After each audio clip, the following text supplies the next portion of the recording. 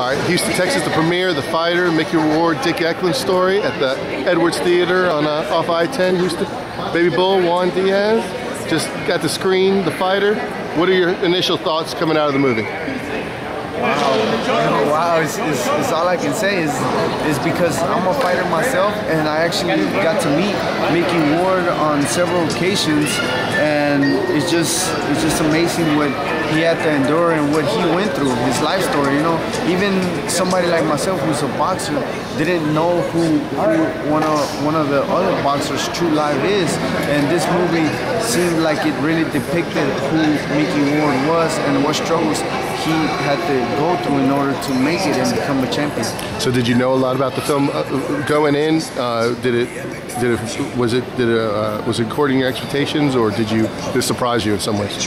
It actually surprised me a little bit because I expected it to be more of a typical movie, to where, you know, they got a lot of special effects, a lot of drama, and whatnot, but this was actually more like Mickey Ward's true story.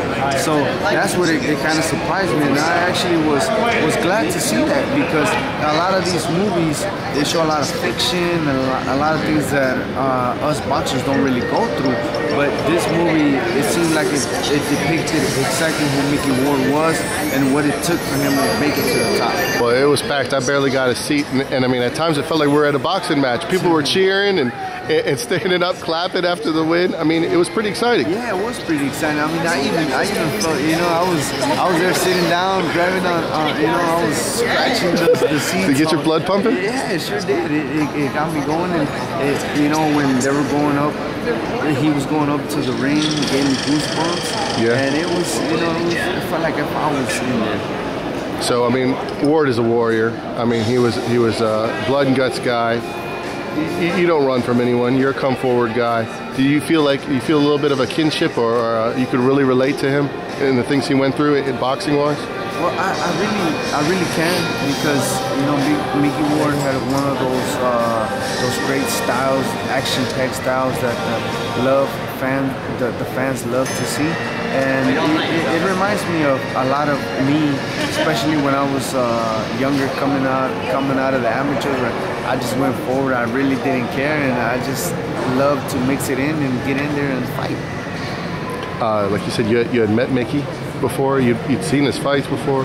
Did this change the way you think of him, or did you see another side of him in there? It actually made me respect him a little bit more, because of everything that he had to go through with his family and his brother being an addict. It just, you know, you feel it in your heart, and I have the utmost respect for Mickey Ward now. I had it as a fighter, but now as a man, I respect him for everything that he went through and he did in his career.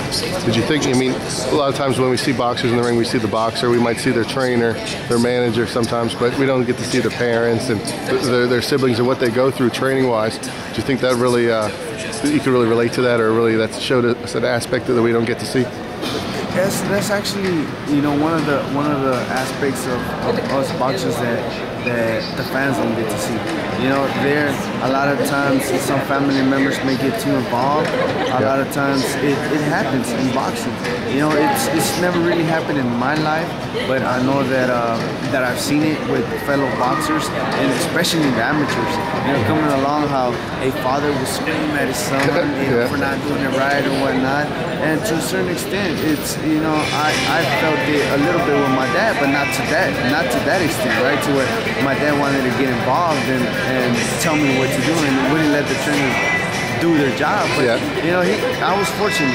My dad learned quick. Well, it's funny you mention that, because most fighters do have that relationship with their father involved. But in this movie, it was really highlighted a mother-boxer relationship, her being his manager. And you have a real close relationship with your mother. She doesn't hardly miss a round of sparring, right? No. So could you really relate to that relationship? Because I mean, maybe sometimes during the movie you're like, well, why is he listening to these people? You know, they're obviously gotten them wrong, but you could understand more. Oh, definitely, I understand it, and even, you know, I can relate even more with his brother. You know, with Mickey Ward's brother. I have my brother Jose who encourages me a lot, and a lot of times he may say little stuff, and even though I have Ronnie and Derwin and Savannah telling me what strategy, and if my brother mentions something, then I also keep it in the back of my head because he was a boxer. You know, he knows more than anybody else what it takes to win, and sometimes it does.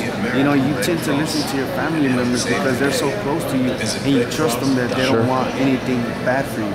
Sure. Mark Wahlberg as Mickey Ward, how'd you think he did?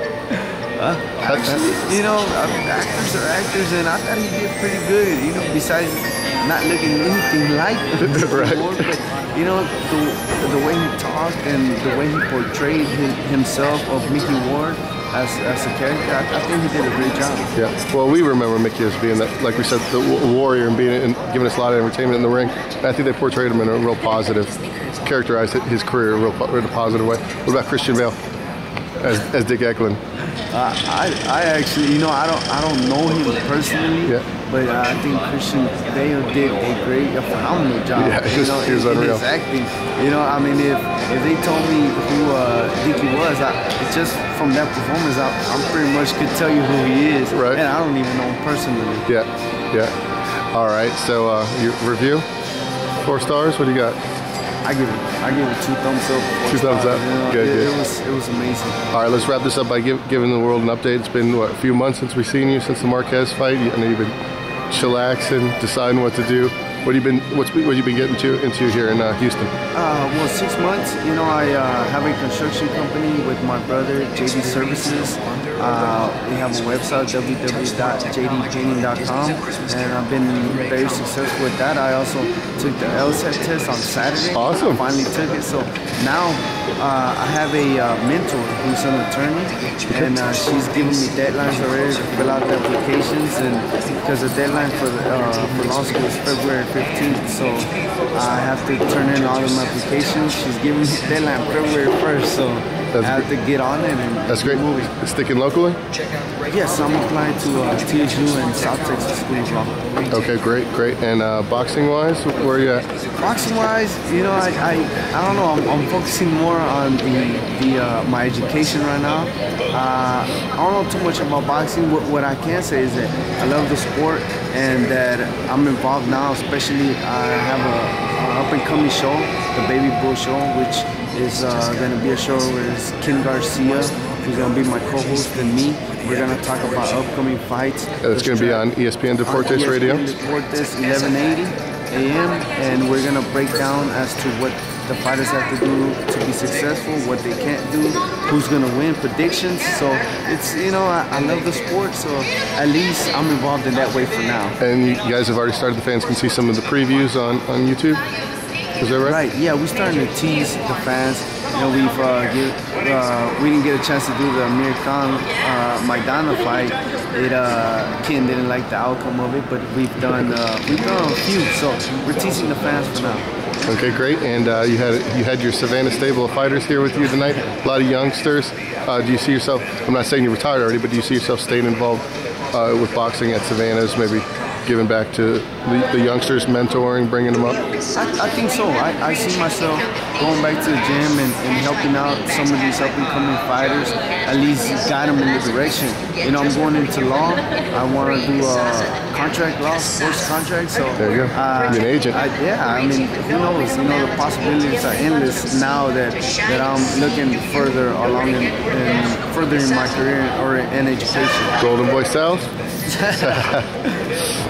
All right, Juan. Good seeing you down here, and good seeing you at the movies. And we'll keep everybody updated on Baby Bulls happening. Thanks, Mike. All right.